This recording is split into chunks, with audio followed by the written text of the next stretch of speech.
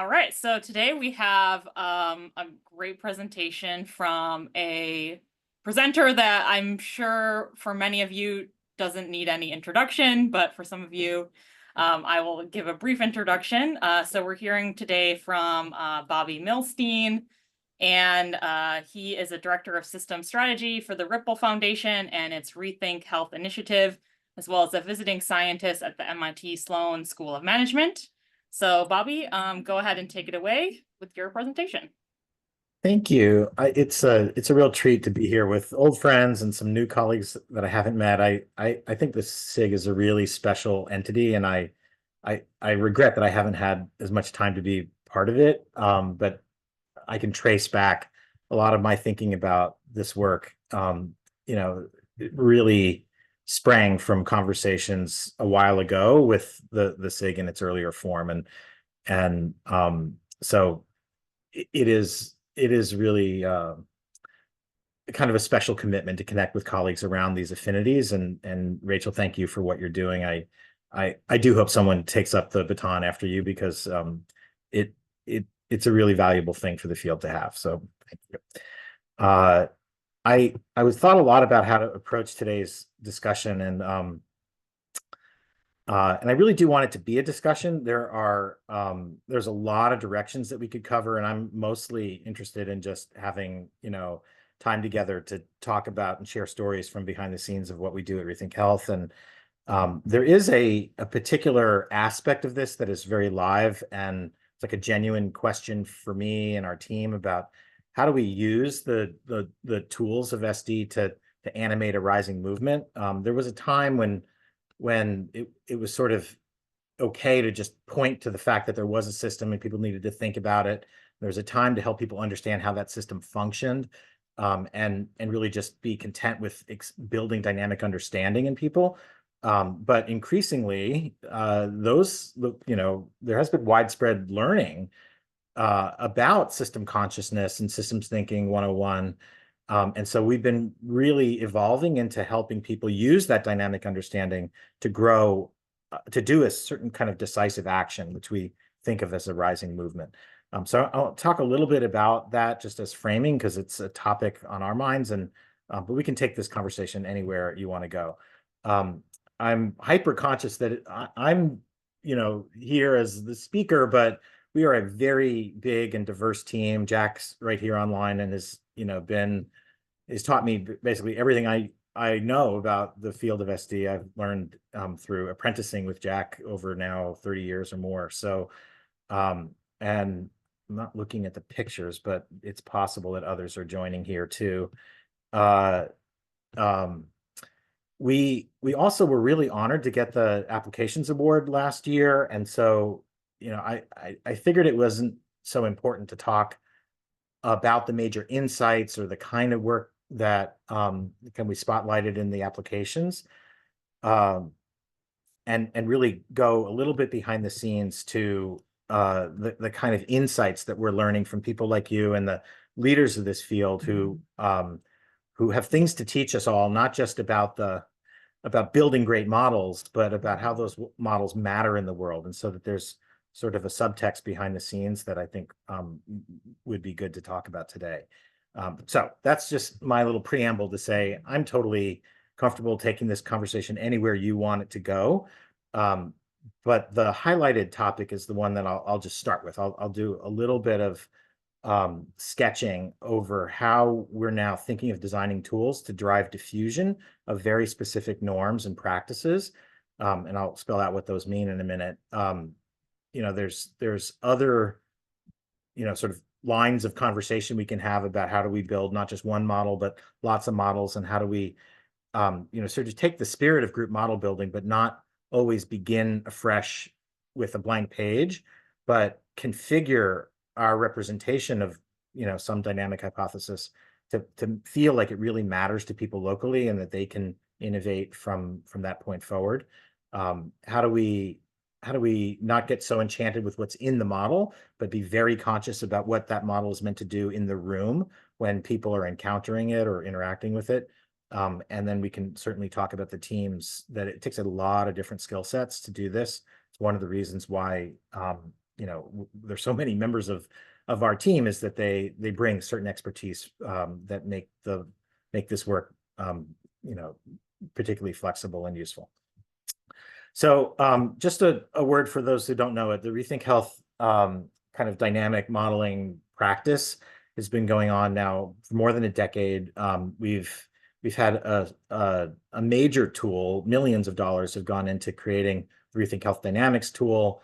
It's used, like, many thousands of people have used it. We can scale it for almost any community in the country. We've done special close configuration for 11 communities, and it's taught in dozens of universities. So it's a good intro to the dynamics of health and healthcare and healthcare economics, using the kind of old metaphor of upstream and downstream. And it's still a very powerful tool if people are thinking about biomedicine and haven't really warmed up to why health is more than healthcare.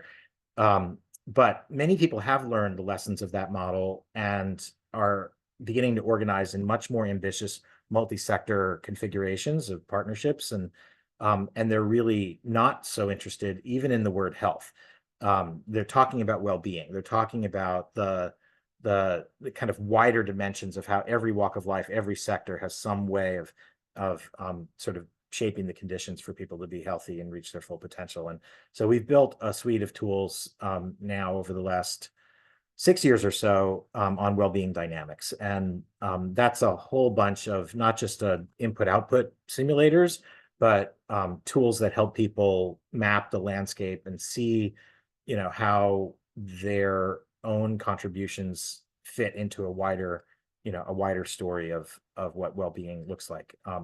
So we've got these two lanes of work, and there's quite a lot of publications and tools out there that convince us reliably that we can help people think and make changes in their investment priorities. Been proven. We can help people, understand the value of models and how to teach them. We have seen that in action. Do not need to convince ourselves anymore about the utility of these tools. The question is, how do we make the most of them now? Through the pandemic, we've built tools that help people experience just as Wayne was saying at the beginning, right? That, like, when systems collapse, people rise, and how do you go through that shock and springing forward dynamic that is really a big part of meeting people experientially with what they're going through, like the day you meet them, because you can count on people experiencing adversity and crisis in the world, and how do you get them to really lean forward and do things that are big and courageous? And how do we do that with, an understanding of the kind of conditions that we want to create and the kind of actions that we want to build around shared stewardship? So I'm not going to talk about really any of these things today, because we're good at this, and we've seen over and over again that we can do this. The big question is, how do those tools matter in a bigger, for, like, why are we building these tools?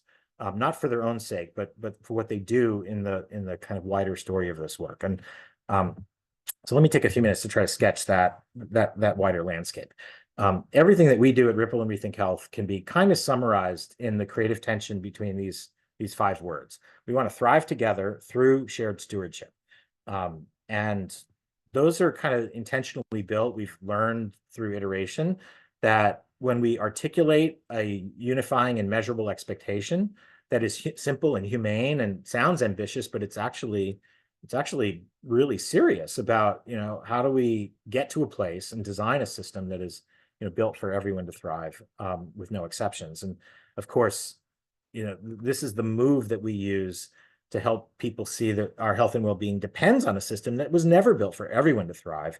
But we know it can be transformed. Even systems fraught with racism and other kinds of injustice can be transformed through shared stewardship. So there's a practice of turning toward each other and doing things that we can't do alone that is capable of changing systems, and moving us decisively toward a future with all people and places thriving together. So that's kind of the dynamic. For those of you, I know you like a good reference mode. This is one of the best measures in all of social science, is people's self-evaluation of their own lives. And Gallup has got millions of data points around the world and across the US over time. And the top line here is the adults who say they're thriving. The remainder are struggling and suffering. And Just look at the y-axis. This is never broken north of 60% on average in the US. Even if you divide this by race and ethnic groups, it's not the case that whites are, 80% of whites are thriving, and, and disadvantaged subgroups are struggling and suffering. There's like a ceiling effect on how much we're able to thrive. And this is kind of our big question: is what would it take to reach even greater heights of well-being, equity, racial justice, to kind of move this system to a place that it's never been before. And we think that's going to take some pretty serious understanding of the dynamics that shape this proposition of thriving together. So I'm going to take just a moment to walk through our kind of highest level diagram of the dynamics involved here. If we want to see more people thriving, we've got to establish certain conditions that deliver the experience of thriving. And when those conditions are not in place, people experience adversity and urgent need, and that's what drives the sense of struggling and suffering. So right now, we are not doing all that well at establishing vital conditions equitably for everybody. And so there are a lot of people who are experiencing adversity and urgent need. And so this spiral can go toward thriving or toward suffering in either direction. I'll just say parenthetically, we've done a lot of work to spell out, not just talk euphemistically about what are these, what are the conditions we're supposed to be establishing. We're very specific about exactly what those conditions are.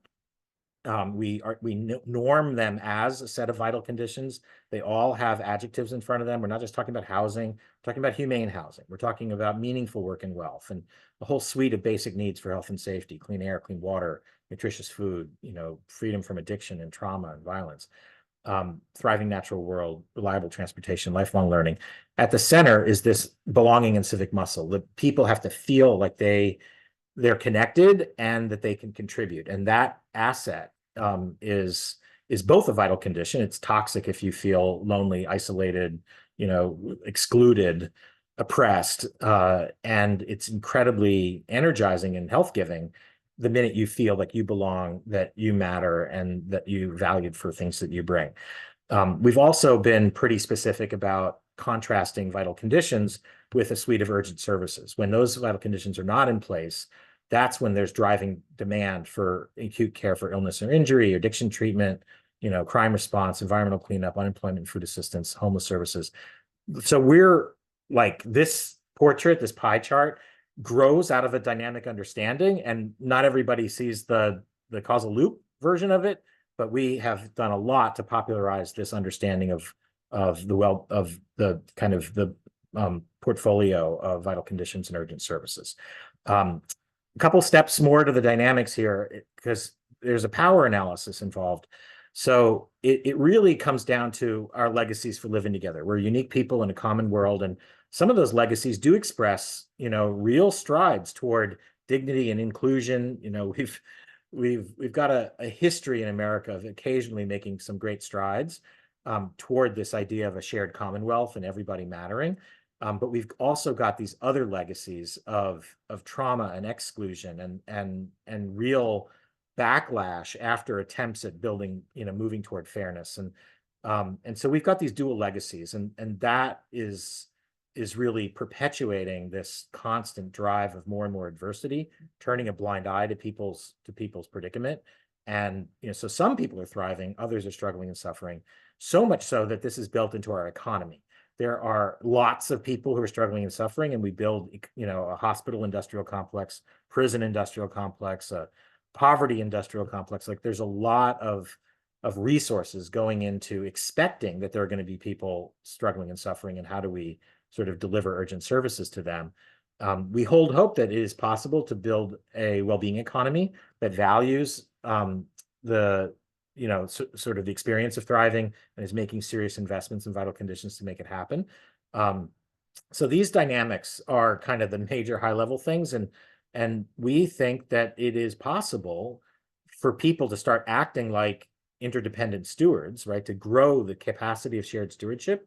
On the north half of this diagram, you're expressing love, and on the bottom half, you're expressing healing through the sort of harms of the past, and you're moving the system toward a kind of a future dynamic where the top half is more the norm. So that's our focus at ReThink Health. We are trying to grow the capacity of shared stewardship. We're trying to recognize that systems do not change themselves. They change when you equip and inspire people to become better stewards of those systems. It's a lesson we learned from Barry Richmond and Dana Meadows and lots of the others in that word cloud, many of you on the screen. So this is really the question, is how do you do this? And we define stewards very practically. It could be person, organization, networks, who are committed to nothing other than working with other people to establish conditions that everyone needs to thrive together, beginning with those who are struggling and suffering. So anybody can play this role, but it's an uncommon role. We have been studying and working with stewards closely and can recognize over iterative, sort of action learning that stewards act differently than, conventional leaders or administrators or managers. I won't go through these piece by piece, but there's a set of practices around how they connect across difference. There's a set of practices around how they expand opportunities, elevate aspirations, change timescales, and how do they learn and adapt, understanding the complexity and then using their action learning as a way to, sort of think about the kind of legacies they're inheriting and the legacies they're going to pass along to future generations. So stewards are native system thinkers, but they're very thirsty for good, well-designed tools that are built for them to do that stewardship work and to bring others into it. That's what we're trying to build. So just a word now about the diffusion issue. ReThink Health did not invent this idea of stewardship. It's a very, very old word, centuries old. And in the latter part of the 20th century, there was a very clear marked uptake in writing and conversations about stewardship. I don't think that's by accident. The more that we become sort of conscious of planetary dynamics and just the system consciousness has gotten us turning more and more to conversations about stewardship and what that means. And so this rising sort of space around stewardship, but let's not kid ourselves that leadership is the dominant idea. It's actually a much more recent idea. It's only in the 1800s when the word leadership entered the English language. And this is what people tend to think of as leading on behalf of an issue or an organization, a group. It's kind of built into the power structure.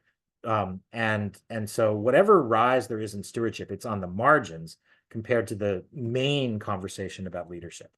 And so this is how we think of leadership is great, except when everybody wakes up on Monday morning doing their thing around their issue, it creates a lot of fragmentation. It's quite hard to build, a rising directed movement when everybody's doing their piece and hoping that others are going to do their part, and the mental model of parallel play is what's dominating. That fragmentation is itself causing a lot of inertia. And so we think that sort of dominant popular norm of fragmented leadership has to decline for us to move toward a more interdependent way of working together. And so we use this diagram right here to help people ask, what do you want to let go of? What do you want to work toward? And the practices of shared stewardship, we think, can be a kind of an accelerated path to get between what is, two very different styles of working. So the big question for us here on this call today is how can SD tools and practices help to sort of accelerate the rise of shared stewardship? Because without it becoming a norm, it's going to be really hard to make decisive moves toward this thriving together future. Now, the last little piece of my commentary here is, we ended, Jack and I ended our talks in the 2023 conference with Jay basically saying, you don't have to reach everybody. You just have to reach a subset. And so he had this idea of network diffusion, that there are people who can help shape how other people think and act. And modern network science totally affirms this point that you can achieve massive multi-scale diffusion, but it has to occur through strong tie networks. And there are tipping points in those networks. And so it's not just like, the old weak tie network of how do you get, a message to somebody on the other side of the planet, or how does the flu, epidemic happen with, sort of like very weak contacts with people. If you want people to start acting like stewards and breaking with the norms of the status quo, you're going to need a lot of overlapping connections, a lot of social reinforcement. People you know and trust have to overwhelmingly tell you, we're done with business as usual and we're going to move in a direction that we've never done before. So that's what we do. We try to design experiences that are built for people to start, sort of separate from that illusion of separateness and have some experiences of interdependence. We do this with colleagues all across the map. There are people in places, every time we look for, who's turning toward each other, we find amazing, inspiring examples. And a lot of these folks have taught us about, how to best design and use tools that help them do the work of shared stewardship. Over the last 15 years or so, we've got a network of several hundred, well now, it's 600 organizations that are either past collaborators. We got about 250 are present collaborators, and a whole group that we want to get closer to because we know they can be influential in this work. So we design, classic simulation models that take a dynamic hypothesis about the major drivers of well-being and equity and help people sort of play out their scenarios. And we'll also design these, sort of conversations around these vital conditions and recognize there's an inner dynamic here. The more you expand belonging, the more you expand civic muscle. And that's how you build like actually a bigger pie chart. We don't have scarce resources. What we have is immense potential to bring more people's connection and creativity and culture into this work. And so there's this infinite growing the pie dynamic, or infinite's the wrong word, but there's an immense potential to grow the pie by concentrating on practices that expand belonging and civic muscle. And I'm happy to say that this vital conditions framework is now widely, like there's discernible uptake with hundreds of colleagues across the country. Now 47 federal agencies are on record saying they're committed to it.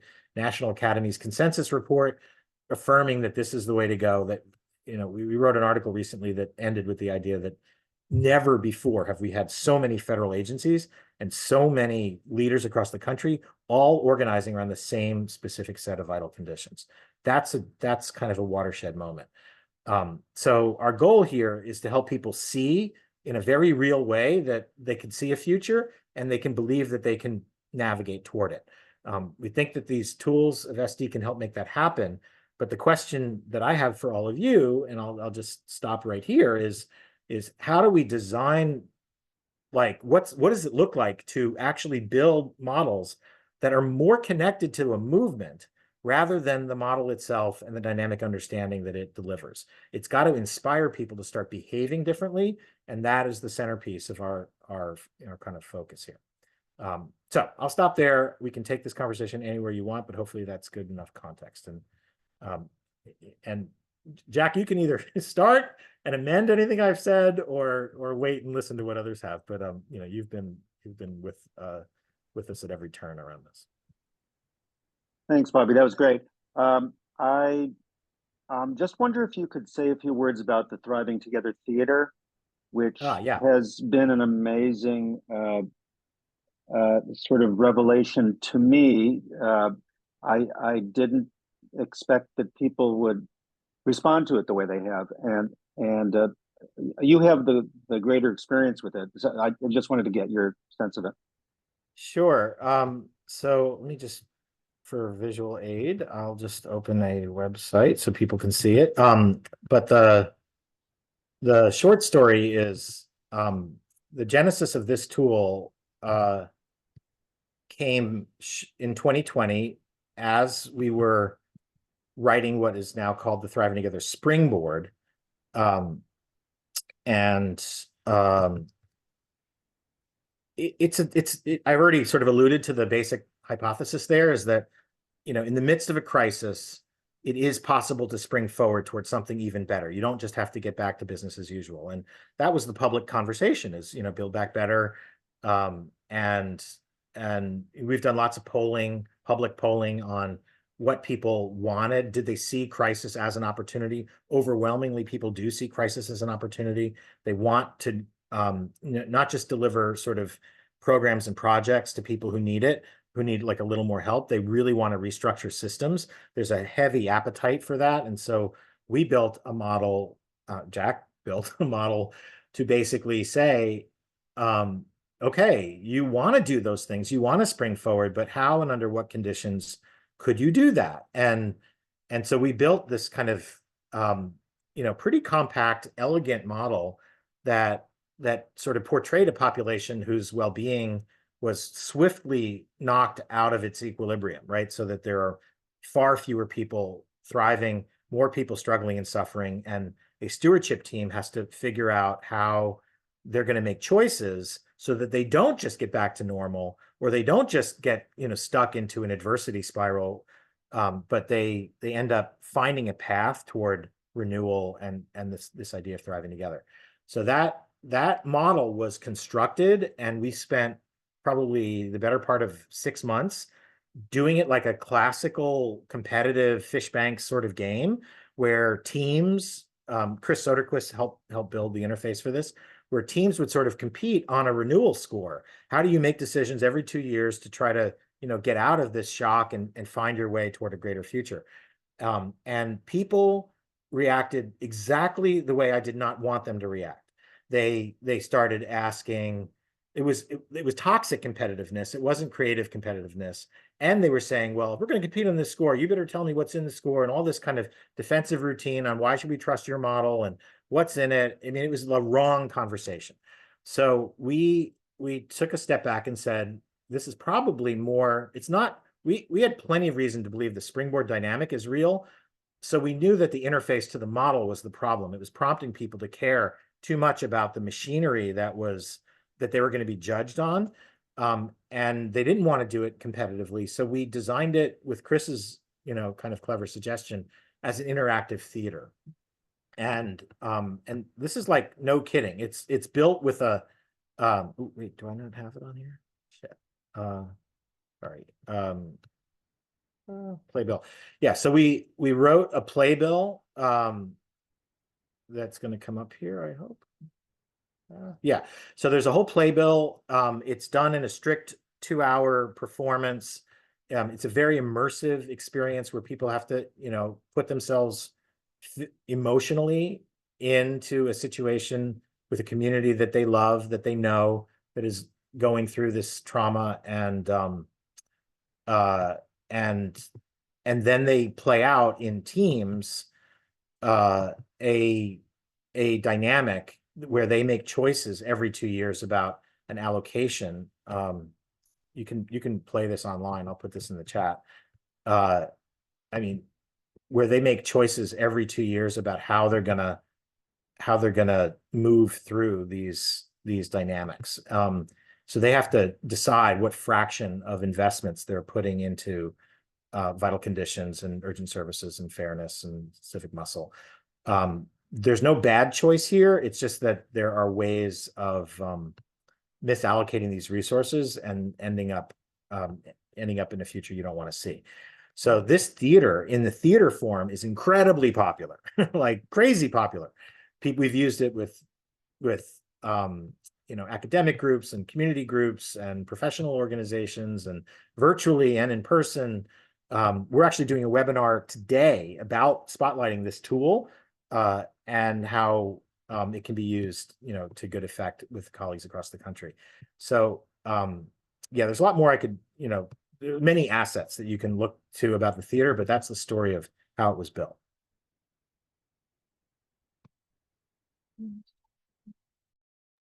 Could I ask just a question, Bobby? This is Wayne. I notice when I try to have impactful conversations with people, a key feature is listening, but also asking questions that lead to richer, deeper conversations. And I've only been able to accomplish that kind of one-on-one. But I'm going to guess what this is doing might be is allowing that kind of thing to be happening on a larger scale. Does that resonate for you at all? This idea of listening, kind of almost the Socratic method in the simplest way of moving people's thinking forward. Yeah. So the phrase that we use, and a great teacher of mine in this work, he says, we grow in the direction of the questions we ask. And so this proposition of thriving together through shared stewardship is itself a question. It's not a given that we will thrive together, or that anybody will, practice stewardship strong enough and, courageously enough to matter. So the whole thing is kind of a question, right? Can we move in that direction? The tools help people flesh out, like, what are we talking about here? Because it takes a lot of imagination, to even consider, what it means to thrive together. I'll just say parenthetically that the archetype of eroding goals is the worst here. We've got decades of disinvestment in public life. We've privatized a lot. There's been a tilt toward biomedicalism and individualism, neoliberalism in the economy.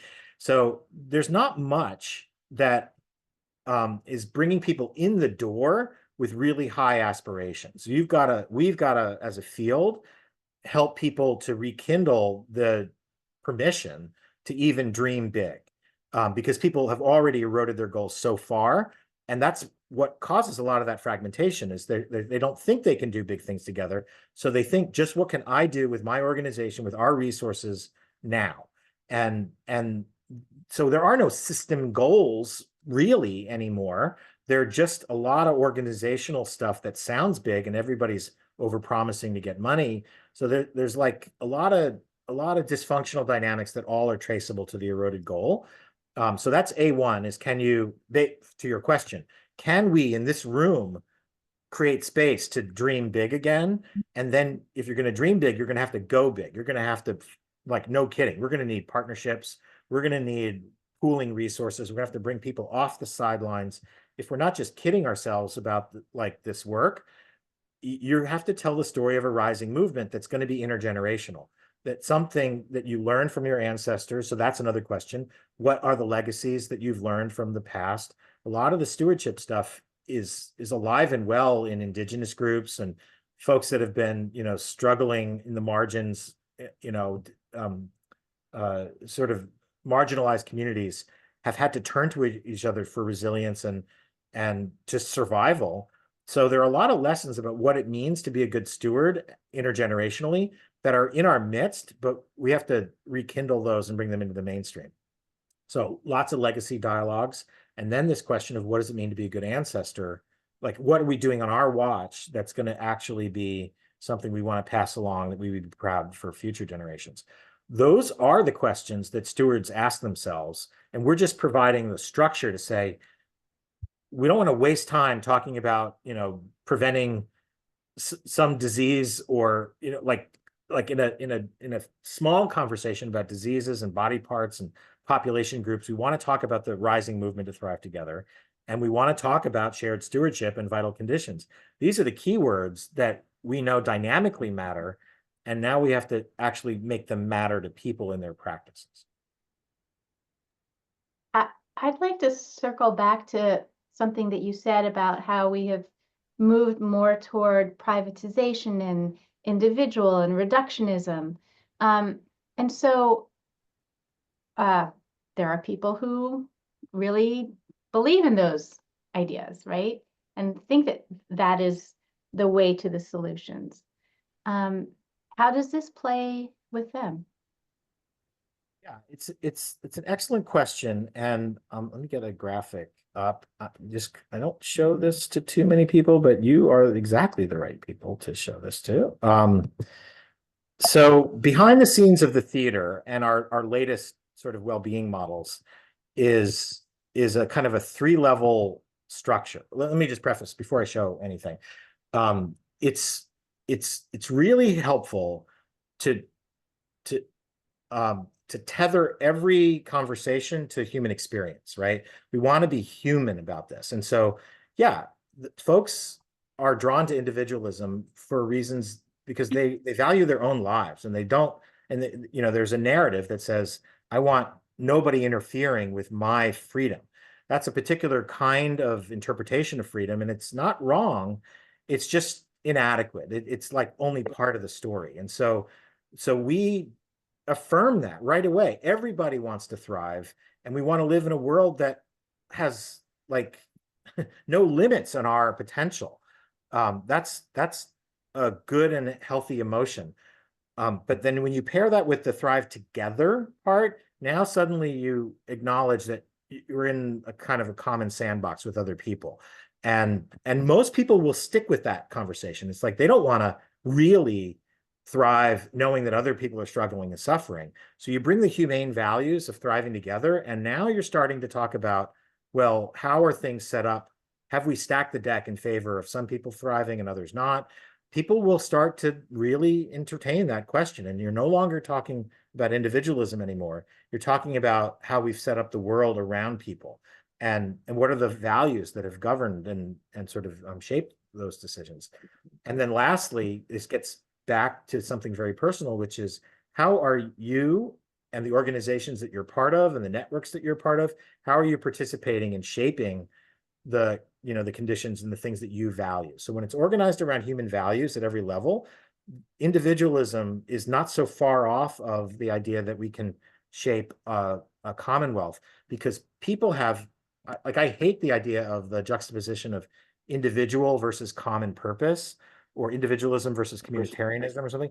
It's that people have narrow or expansive self-interests. And when you see that we're interdependent with each other, then suddenly you have a reason to participate, because your liberation is caught up in other people's liberation. And that works. That really works for people. It's incredible how many people will dispute the idea that there is racism in society, but they'll get very exercised about the idea of any effort to eliminate racism. Like it doesn't make sense. It's not logical. But pragmatism is more powerful framing than the policies or helping people to persuade people that racism is real. Whereas if you offer a solution that is going to be more equitable, people who deny that racism even exists will get enthusiastic about participating in that solution. It's astonishing. So the picture I was going to show is the dynamic hypothesis that we use behind the theater and behind our new model has a layer that really tracks individual well-being by race and ethnicity. It tracks these well-being drivers at the level of vital conditions and urgent services, belonging, civic muscle, and it tracks our investment choices. How are we negotiating these relative priorities? And so these are the independent drivers that we're kind of concentrating on. And when you have a multi-scale story like that, it gives people a way out of the deadlock of individualism. I think Deb pretty much asked the same question I had, because I was going to frame it like, have you experienced in kind of the polarized political landscape that we're in, issues with people kind of building shared stewardship together? But I'll follow up with what your answer to her question was with, have you tracked people's political affiliations in their participation, and how their participation in this process has changed their thinking or anything like that? Because I'm very curious about that. Yes. So I'll say a couple things about it, but let me also get you another resource. So we've done, let's check, here we go. So because we're so committed to this idea of thriving together through shared stewardship, we wanted to do a pulse check on the diffusion of stewardship values, priorities, and practices. So this is, we teamed up with RAND, and we did a kind of diffusion survey of people who are in a position to act like stewards and what fraction of them. There's like an answer key to this survey, right? There are things that stewards value. There are things that stewards prioritize. There are things that stewards practice. And we wanted to know what fraction of people in a position to act like stewards were endorsing those things that we thought. And so this survey looks across 8 sectors, nationwide representation of places, and tracks stewardship practice, the diffusion of stewardship practices. Punchline: there are some relatively stronger stewards in the country, but we have a huge room to improve. And even this metric has, we can all quibble with this metric. So yes, we do track the conditions under which this can diffuse, and left and right partisanship is truly a problem, but we stewardship and thriving together plays left and right because we're trying to do big things, which progressives love, but we're not asking the state to do it. We're not turning to like a specific kind of tactical solution first. It's leading with the values, these human values and the interdependence that is actually affirming people's sense that we're not organized in ways that we need to be. And so we don't make the mistake of putting a policy agenda first and organizing around that, which is kind of dead on arrival. But we can't erode the goal, which is what a lot of conservatives do, by, implicitly or not. So I am positive that this plays left and right. And we've seen that on, like, I've seen mayors, Republican in bright red MAGA districts, mayors who will say, I will never under any circumstances talk about social determinants of health, but I have no problem campaigning on belonging and civic life and talking about vital conditions. And they've gotten elected on those platforms. So that's a piece of this. I'm seeing John's got his hand up. Hi, Bobby. You folks have made a lot of progress since I was last paying attention, so congratulations. Two-part question, one for the group. Is anyone else here also involved in the SIG on structural racism?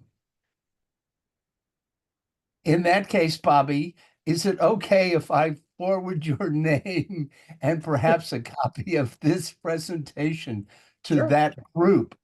Because what you talked about the last 10 minutes, I think would be a very interesting message to that group. And it's, this is marrying these conversations about racism and power and what have we learned about the history of backlash in this country. Those are things that we have a hypothesis of how the next sort of great stride in an American story about racial justice could happen through the practices of shared stewardship and the commitment to thriving together. It is a hypothesis still. I mean, it's a strong hypothesis, let's put it that way, but it's still a hypothesis. And, back to Wayne, your question of what are the questions that can govern the next generation of tool building and communications around this work? Teaming up with the folks in that SIG would be really interesting. I will say I haven't been immersed in it, so I don't know what they're talking about. But if it's a creative action learning hypothesis, it'd be really cool to talk through it. Hey, consider yourself thrown in. Ooh, is this from San Diego? Yeah, it is. And I'm not naked. I just look like I am. I'm sorry. That's how they roll in San Diego, I guess. All right. Yeah, I have to. I'm like, I need to change that. I have two questions, Bobby. I actually played the model while we were doing it, just really, really quick. I just went through and I clicked it. And I noticed that if you just go straight through, it's kind of fine. It doesn't, things improve other than, and so I'm just curious, how you create the tension with the model. And I have to say, I'm like whoever it was before, I think was that Wayne. It was a very long ago, many iterations ago when I was in. So it's very different from when I looked at it before. And so I just went through and I click, and kind of everything improved except, belonging went down a little bit. So how do you create that tension in that? So this is one of the reasons why the drama is generated in the theater and in the fishbowl exercise of watching stewards negotiate. And then we end the facilitated version, scripted in the theater, compares whatever path you took to paths that we've seen other people take, and people discover very often that they're only scratching the surface. They play in very timid ways, sometimes haggling over decimal point changes when really they're not making decisive moves around the values that unlock that build that expanding the pie loop around belonging civic muscle. So the drama comes from the way that stewards do this work. It's a good example of what's in the model and what's in the room. There are ways, like if you over prioritize urgent services, you'll have a very hard time getting back to normal on thriving at all. Right. So even balance is already a better, a superior investment strategy, because right now we're devaluing belonging civic muscle and fairness in ways that, you know, that are undermining everybody's success. And so I guess we put the let me just just last sentence here is like we put that model online not because we think anybody can like do it online. We just wanted to be transparent for people who've been through the theater, and then they can go back and use it. Yeah, that makes sense. And I guess I was, you know, that's true of a lot of the models. I was just curious about how you create that tension, because that's often the challenge in a lot of these models, like in ReThink Health. The money helped create that tension, and I guess just that it was so concrete, and people had preconceived notions of what they wanted to do and weren't aware of some of the levers in there. You know, Climate Interactive has some challenges, although there's still the preconceived notions because they're very concrete things and people are afraid to touch certain things, and so they have that tension. But this is, you know, it's a little harder to create that tension because urgent services is sort of a negative thing. So you're like, well, we kind of don't want to do that. So how do people in the theater say, well, of course, or, you know, that's what we do naturally. We obviously, that's where we put most of our money. So how do you create that tension between the two other things that are usually underfunded? Like, does that really come out naturally, or like, is it there's someone like you to really? There's two modes on what theater performance, because it is unscripted. Like we don't know what people will do. And so the last half hour of the theater is kind of built in a reliable way to pick up whatever the group did and help people move toward an understanding of what happened. So typically there's the groups that kind of flock to the rescue. They get the idea that people are struggling and suffering, and we have to help them. And they think they kind of over prioritize urgent services early, and they do a decent job, you know, kind of preventing the downside, but they get very little upside.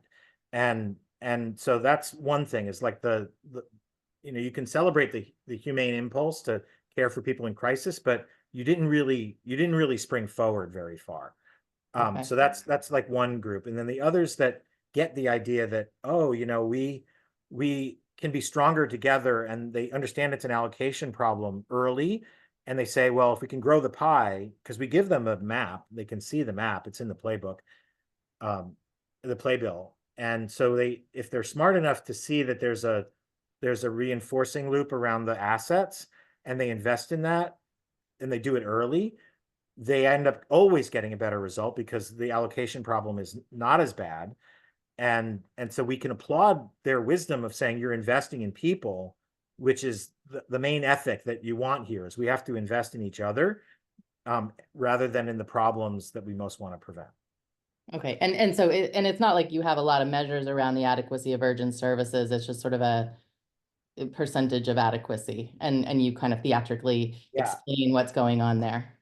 There's a lot of drama involved in, that's why it takes 2 hours to do the thing. And you could, as you said, you can run through the scenario in minutes. It's the 2 hour performance that leaves people with the deeper understanding. I will say though, that theater, your point about the, like, what measures the people have in front of them.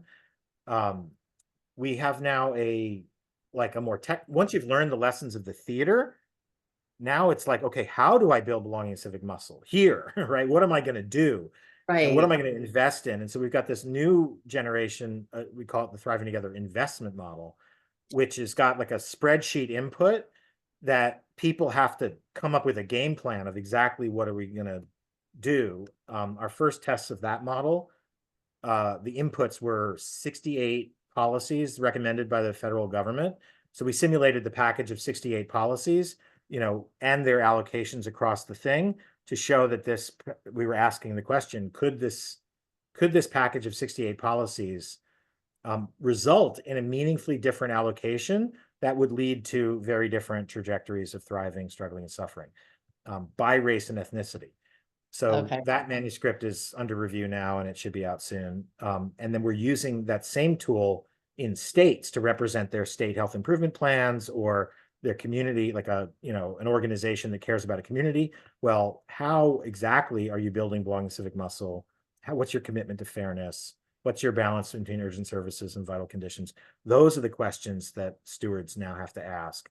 And that's not theater level stuff. That's like investment plan.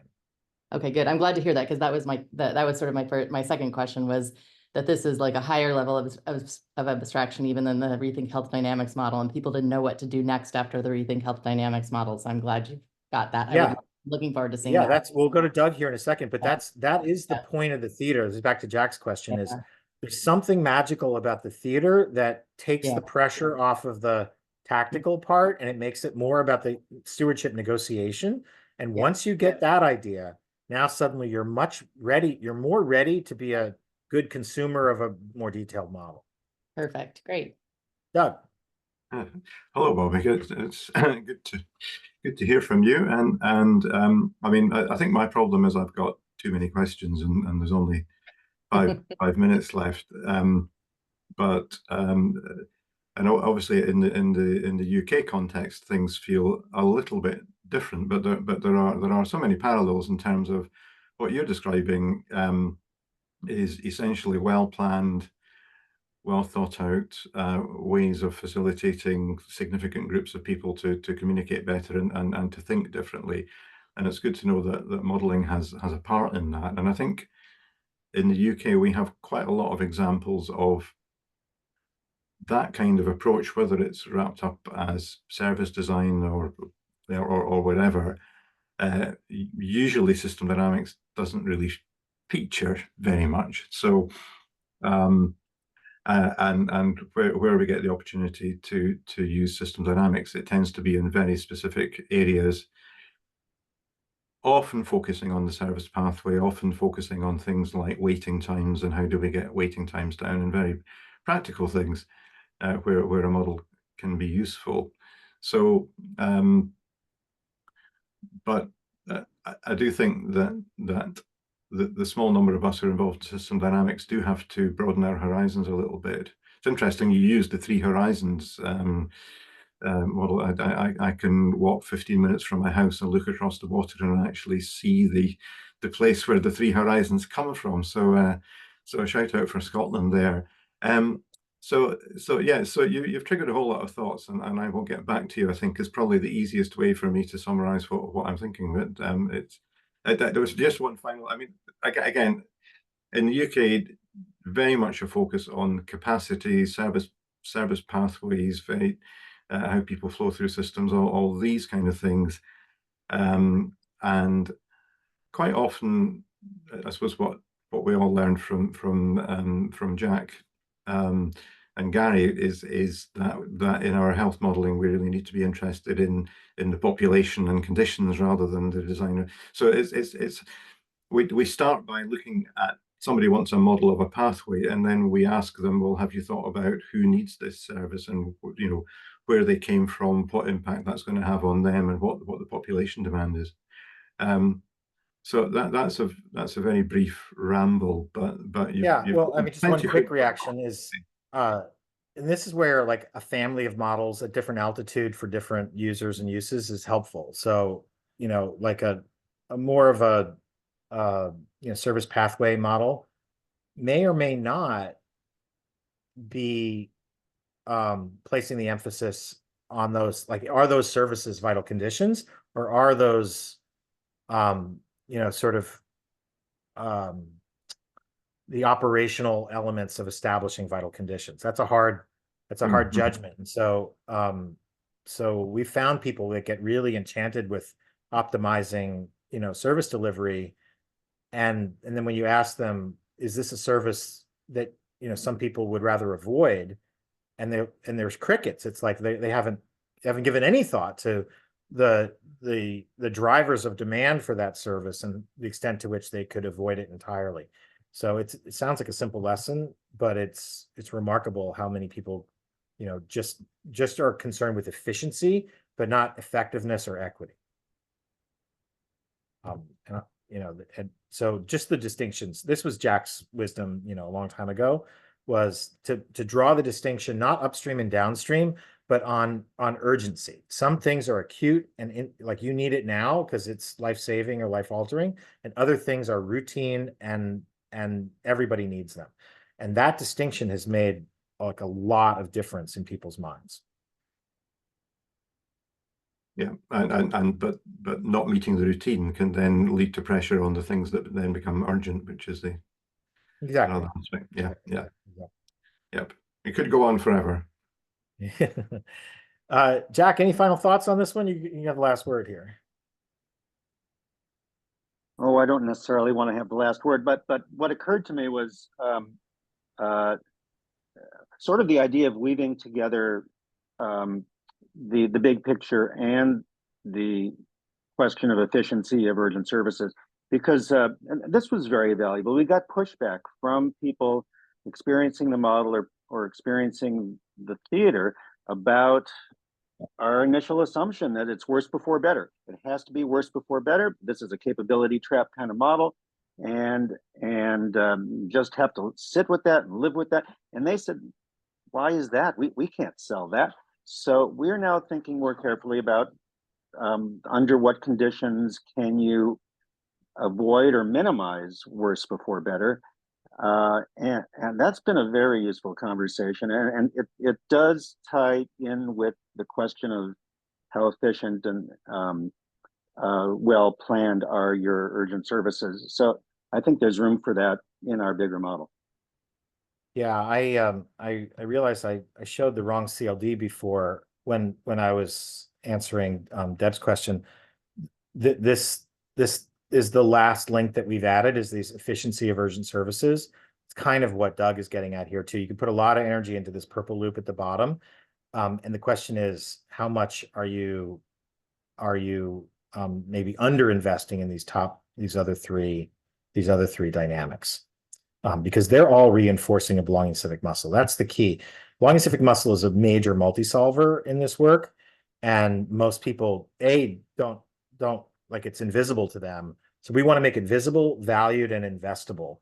That's kind of our agenda here, is to help people understand that there's this asset that delivers short-term results, but also grows a very powerful long-term thing. So yeah. All right. We're right at 12, so I want to be respectful of everyone's time, but thanks so much, Bobby, for your great presentation and this interesting discussion today.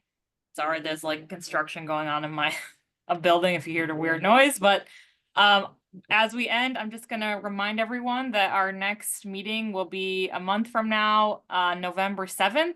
We're actually going to meet at 2 p.m. Eastern, and we're going to hear a presentation by April Roggio. She's going to be presenting on a model of cannabis legalization in New York State. So stay tuned, watch your emails, and you'll hear some more information about that soon. Thanks again, Bobby, and I hope everyone has a great rest of their day. Okay, take care. Thank you all. Bye, everyone. Thanks very Thank much. you.